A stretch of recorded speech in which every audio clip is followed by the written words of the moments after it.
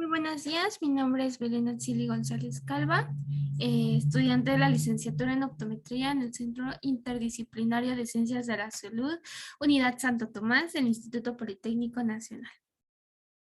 El día de hoy vengo a presentar lo que es una línea del tiempo interactiva acerca de la historia de la patología general. Mis docentes, doctora Irma Estela Rivera Malagón, la licenciada en optometría María Antonia Lule Domínguez y la doctora Alicia Contreras Valderas. Para introducirnos un poco más a lo que es este tema, vamos a empezar hablando sobre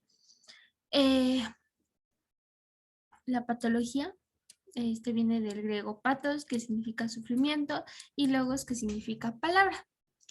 Es una rama de la biología que se ocupa del estudio de la enfermedad, es una de las ciencias médicas básicas y es vital para la comprensión de la enfermedad y así de su tratamiento apropiado.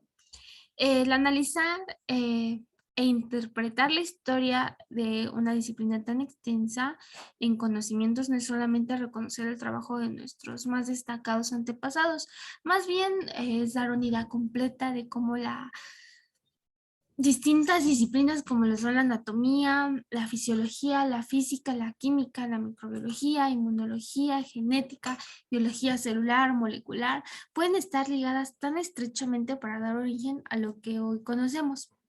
En el siguiente trabajo nos daremos a la tarea de hacer de una manera representativa, entretenida y bien fundamentada sobre la evolución a través del tiempo de la patología en general. Aquí está mi síntesis escrita en la libreta.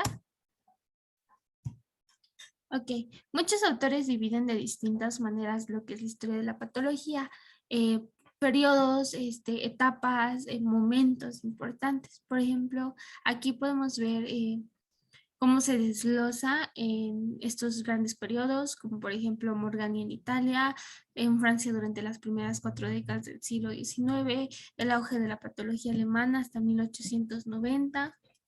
Para fines didácticos y de esta línea del tiempo fuera más entendible, más comprensible, lo dividimos en patología humoral, patología orgánica, patología tisular, patología celular y por último patología molecular, sus grandes exponentes y cómo fue evolucionando los conocimientos y descubriendo distintas cosas a través de materiales, del microscopio. Vamos a checarlo. En principio vamos a tener lo que es la patología humoral, principios de la civilización, terminó aproximadamente por el siglo XV, XVI. Empecemos en el 1500, en el Neolítico. El hombre trata de establecer una relación entre la sintomatología de la enfermedad y su causa, no solamente de él mismo, sino de animales. Empezó también lo que era la veterinaria. Los hebreos en sus prácticas religiosas realizaban sacrificios. Este hecho les permitió realizar comprobaciones anomatopatológicas. Después tenemos a los griegos. Los griegos son un exponente importantísimo, más porque aquí en este lado tenemos a Hipócrates del 460 al 377 a.C. y tenemos a Galeno. Galeno es romano. Galeno es del 138 al 201 a.C. Los dos grandes exponentes en cuanto a medicina. Hipócrates todavía tenemos vigente lo que es el juramento hipocrático. El autor, bueno, la enfermedad basada en los humores, aunque llena de errores, iluminó y por más de 1000 años en la época antigua y el oscurantismo de la Edad Media. Ptolomeos en Alejandría estaban prohibidas las aperturas de cadáveres, entonces todo era muy superficial. No podían abrir cadáveres para inspeccionar lo que podía estar dentro, lo patológico de los órganos. Ahora, Antonio Benivieni, de 1440 y murió en 1502, es considerado el padre de la patología antigua. Él inicia lo que es la anatomía prebasaliana, eh, con la descripción de detalles anatómicos medievales, al igual escribe el primer documento en el que expresa el interés por conocer las lesiones orgánicas en la disección del cadáver. Leonardo da Vinci, otro impresionante este personaje. Dedicó su arte, sus conocimientos para hacer dibujos acerca de los músculos humanos, los embriones, diseño de cámaras cardíacas. En 1497 tenemos a Jean Fresnel. Él dividió la ficología y terapéutica. La clasificaba las enfermedades en zonas específicas de nuestro cuerpo. Andrés Vesalio, 1514 a 1564, profesor Padua, es el anatómico cumbre del Renacimiento. Su escrito De Humani Corporis Fabrica desarrolla un conocimiento anatómico del cuerpo humano, una base morfológica para un desarrollo de la patología. Ahora, terminando esta etapa humoral, empezando el Renacimiento, que ya lo habíamos dicho, junto con Andrés Vesalio, tenemos al exponente de la patología orgánica, Giovanni Battista Morgani, de 1682 a 1771. Él fundó la anatomía orgánica. Él representó una revolución en cuanto a los nuevos conceptos de la enfermedad. En su obra de Sedibus et Causis Morborum per Anatomen Indagatis, establece el concepto anatómico de enfermedad relacionado con la pregunta ubi es morbus. Una fecha importante fue en 1679 con Bonnet. Él publica el segundo libro de anatomía patológica, en el que reúne y comenta todas las observaciones clínicas acompañadas de los informes necesarios que fueron dados a conocer en los siglos XVI y siglos XVII. Tomás Rameau Chacón es importante. En 1762 se presentó una pandemia. Esta pandemia era vulgarmente conocida como vómito amarillo. Él diseccionó enfermos de esta pandemia y publicó sus resultados en 1794. Terminando con esta parte de lo orgánico, los órganos, ahora viene Marie Francois, Javier Bichat y Pinel. Estos dos propusieron y fueron importantes en cuanto a la patología tisular. El Bichat propuso que los órganos están formados por varios tejidos y que estos son similares por varios de ellos. Él indicaba que había 21 tipos distintos de tejidos, y Pinel sostenía que la alteración morbosa no va a residir en los humores, con Hipócrates, ni en los órganos, como Morgani, sino en los tejidos. Ahora, Karl Rokitansky describió muchas enfermedades y nuevos cuadros clínicos aplicando los métodos anatoclínicos. Autores dicen que realizó 30.000, otros dicen que 100.000 necropsias. De todos modos, él ordenaba las lesiones desde un punto de vista anatómico. Sigue René Laennec. René Laennec checa, observa más que nada que las enfermedades y lesiones pulmonares son tan diversas como los tubérculos, como lesiones miliares, nódulos gaseosos, defusiones pleurales.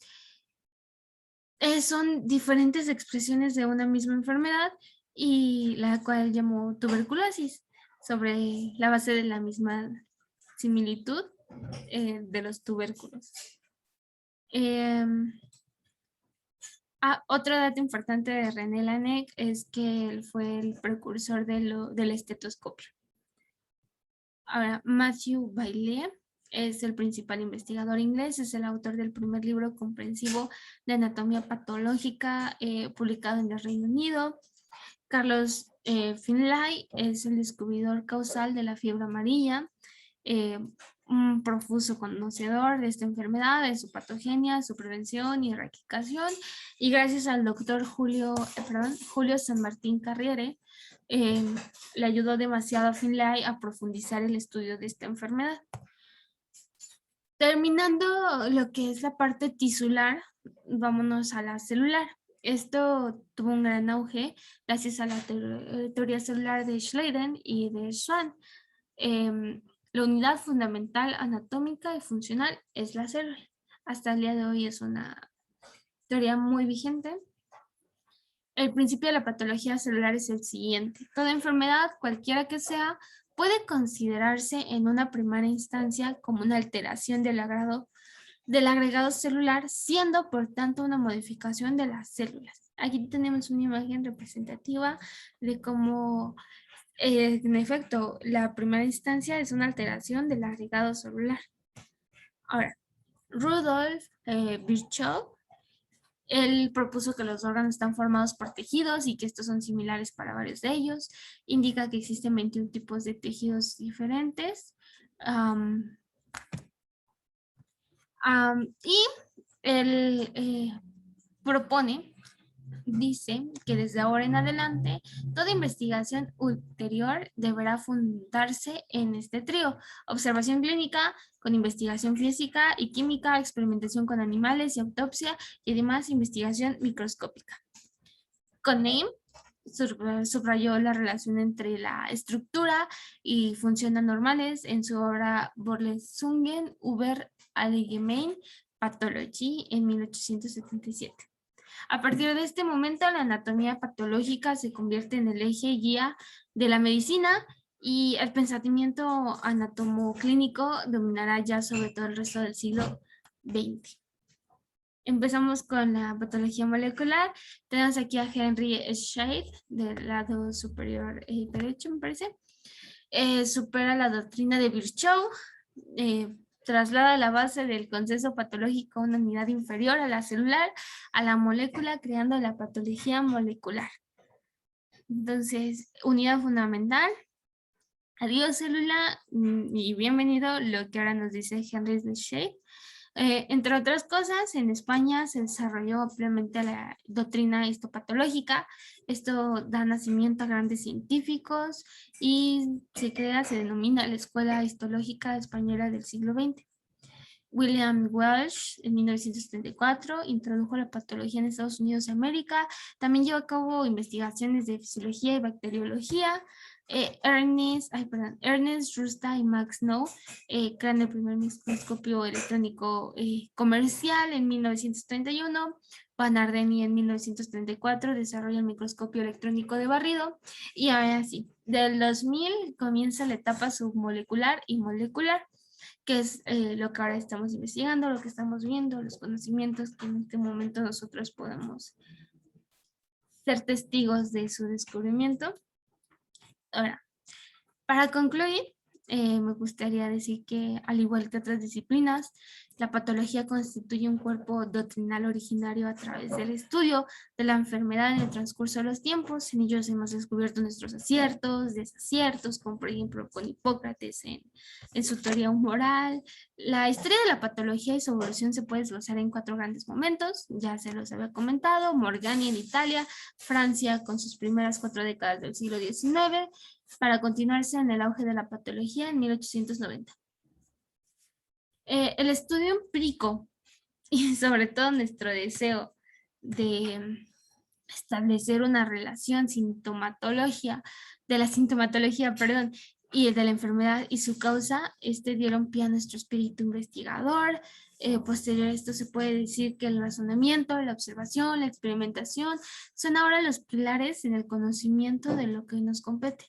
Es importante hacer una mención especial a la incorporación de la microscopía electrónica de transmisión y de barrido, así como la histoenzimología y sobre todo de la necropsia. Este es un pilar, un básico en el diagnóstico de las enfermedades. Y por último, no me queda más que decir que es increíble cuánto puede avanzar el conocimiento del ser humano, y es intrigante y emocionante lo que le depara en un futuro a la patología, ya que la investigación nunca descansa. Aquí están mis referencias. Sería todo de mi parte. Muchísimas gracias por su atención.